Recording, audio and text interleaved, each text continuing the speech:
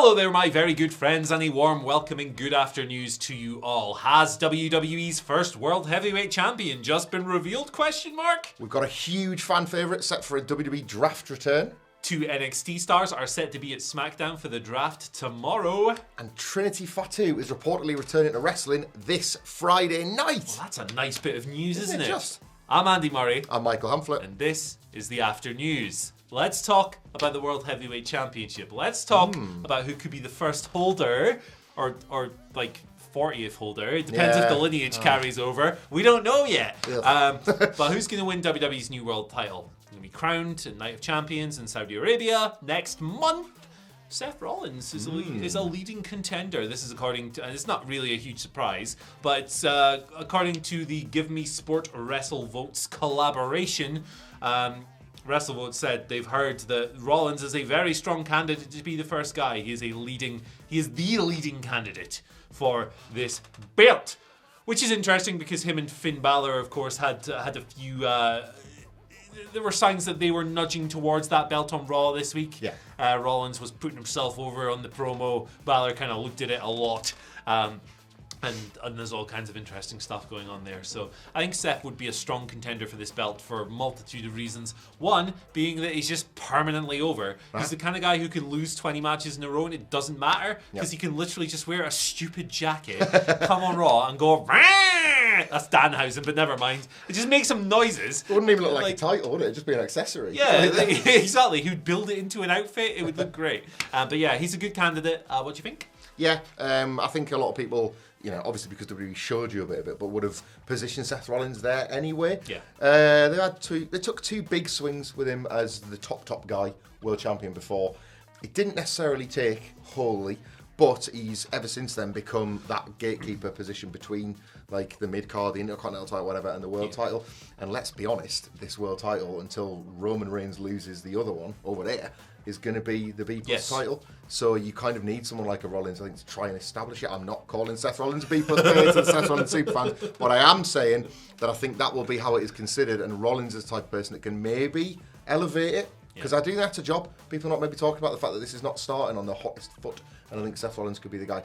Rollins and Balor, interestingly, were in the final of the Universal title tournament back in 2016, the last title. So if they did that again, that's some nice symmetry. Yeah, a little bit, isn't it? Symmetry. Yeah, it's good, man. Like, I'm a firm admirer of what Rollins has done to get and stay so over the past few years, and I think his performances warrant it as well. So yeah, very deserving, very appropriate, very fun. Yeah, they are. And speaking of very fun, and indeed former WWE champions, WWE might have an ace up their sleeve for this Friday's draft. There he is. There he is, right there, and what an ace.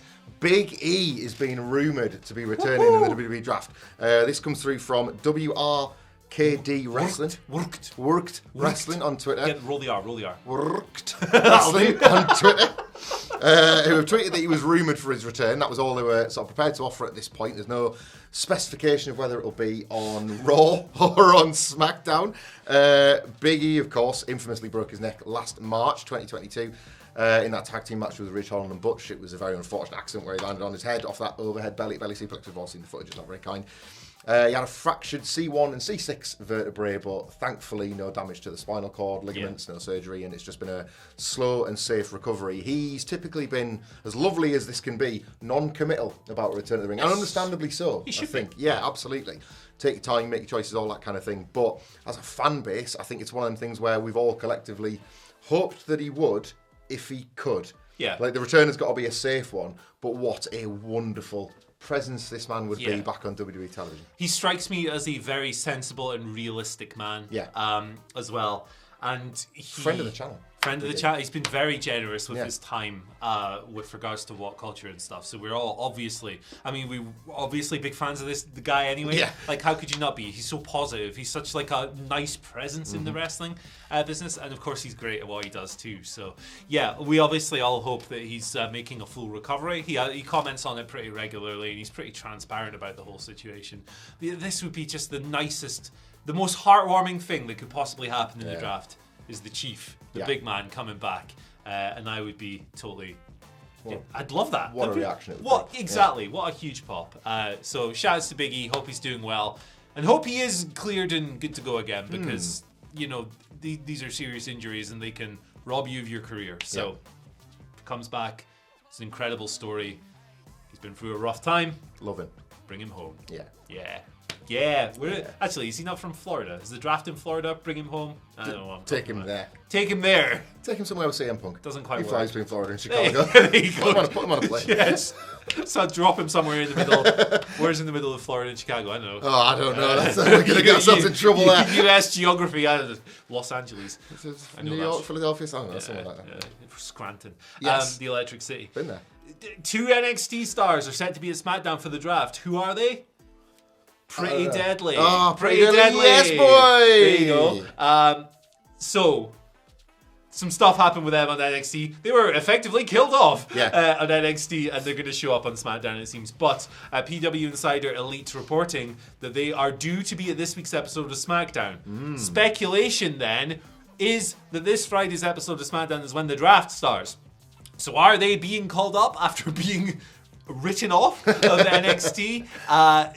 I mean, that looks like a safe bet to me, pal. Yeah, there is precedent for people that Stax and Tony D throw in rivers on NXT because, of course, they did that to 2 Dimes and your Octopus Sting on Dynamite. So, Pretty Deadly wouldn't even be the first people that were killed by Tony D and Stax on NXT to then come back to life on another wrestling show. Yeah. Pretty Deadly, man, have been a total revelation. There is a certain stigma that was attached to many of the NXT UK talents when people were coming over to NXT when NXT UK was being shuttered. And I think Pretty Deadly were just, unfortunately, amongst that act. Immediately they shone. They stood out from the pack. They became tag team champions. They fit the profile of what you need to get over in that strange, wacky world on Tuesday nights. And I think they immediately showed that they could be very effective sports entertainers, along with being great pro wrestlers. WWE's tag division is not in bad health. Like, Triple H literally showcased it at WrestleMania as a bit of a flex. Like, that tag division is not in a bad place, and Pretty Deadly would be a pretty cool addition. Wait till Vince McMahon gets on it, brothers. The act is so TV ready. Yeah. It's probably been TV ready for about 3 years. Obviously, it's been on screen in NXT UK, NFT UK, and all these other, and NXT and other brands as well. So, yeah, fair play to them. Speaking of TV ready, do you know who's TV ready because she's been waiting too long? She's back. Trinity Fatu. I thought it was Eric Bischoff for a second. Oh, yeah, sorry, not Eric Bischoff. Get well soon. I think he was ill, though. Yeah, he had a rough time recently. I hope he's all right. But he can keep to the podcast, doesn't he, to be on television. But Trinity Fatu absolutely does. She's not been on television, obviously, since the acrimonious exit from WWE last May. But PW Insider came through with a report that she has signed for Impact Wrestling and will debut on their Spring Slugfest. Spring Slugfest. What a name for a show. That's a video game in waiting, isn't it? Awesome. Spring Slugfest tapings this Friday night to air, obviously, whenever, depending on when she turns up in the taping cycle, I would guess.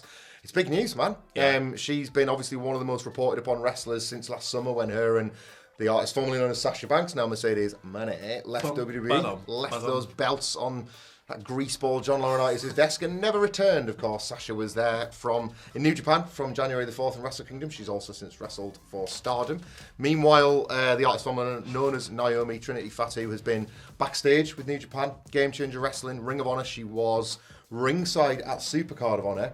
And Athena referenced her in a post-match. Yeah. They suddenly got the fan videos on Twitter of her in the front row. They were giving each other evils a little bit, and there was teasers about that. But it appears as if Impact is the landing destination.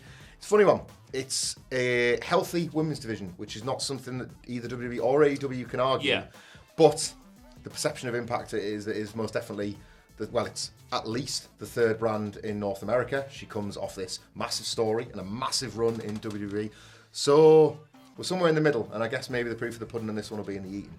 Yeah, absolutely. She so there was a report last week, I think it was in the Observer. There was something along the lines of Bushiroad have told New Japan and Stardom to cut costs a little bit. That's why she hadn't ended up there. So if they're not making acquisitions, it would make sense as to why she hasn't necessarily gone over there. I think she'd be a really fun fit in Japan for sure. It'll be really just cool to see her in action again, for sure. And there's loads of talented people on that Impact roster that she can mix it up with. Obviously, Deonna Purrazzo is the first person that comes to mind. But if Jordan Grace ends up sticking around as well, that's another really fun match. And Mickie James gets back in the ring as well. There's just loads of really fun options in that company across the board, and I'll watch whatever she does because I just miss her presence on screen. Same. And Mercedes has obviously had the big comeback, and she's doing loads of fun stuff. Mercedes' run is the perfect combination of great matches and segments and promos that are kind of disasters, but really compelling at the same. It's what I want. The bizarreness of wrestlers having freedom, isn't it? It sucks. It's great. It's great. I love it. So many insufficient funds, but So more many insufficient promos. funds. Like, but yeah, it'll be great to see Trinity back in action. Yeah. She recently abandoned, I think, a trademark for Trinity Star. So I wonder if she'll just go by Trinity Fatu instead. We'll find out. We'll find out on Friday, man. Or Trinity, perhaps, and she can feud with the original Trinity from TNA. Trinity Law. Sure. Long Trinity storytelling. She can have a fight with her, calling back to the first episode of Nitro, in a shopping centre, but it's not any shopping centre. It's the Trinity Centre in Aberdeen, Scotland. There you go. I've been there.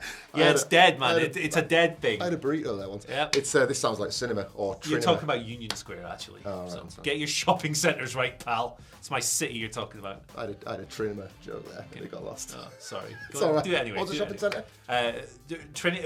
Union Square. Go to the Union Square Shopping Centre in Aberdeen for good burritos. There you go. And also Trinity's Wrestling on Impact. Okay. Thank you for joining us for this thing. all our news records always end up getting back to food. Yeah. It's like it dominates our thoughts all the time. We need to do that. We need to do that podcast. Yeah, that was coming up that like people were wanting it, and I mean, if we have to give the people what they want, and they want us to eat disgusting food across the world, then pay for the plane tickets, and we will be there. WhatCulture coming soon. We will come to your town if you fund it and eat whatever slop you put in front of us. We've probably eaten worse. We definitely have, especially in this city. Yeah. Sorry, Gateshead. Thank you. Good Brews is the only good place. Everywhere else is that's harsh. Should we go there next? Yeah. The independent places are good. The chains are bad. There you go. I don't know. Follow us on Twitter at WhatCulture WWE. Follow Michael on Twitter at Michael Hamflet. You follow me on Twitter at Andy H Murray. The H stands for Hoop65 Miller's Hooping. There you go. Ooh. Struggling now.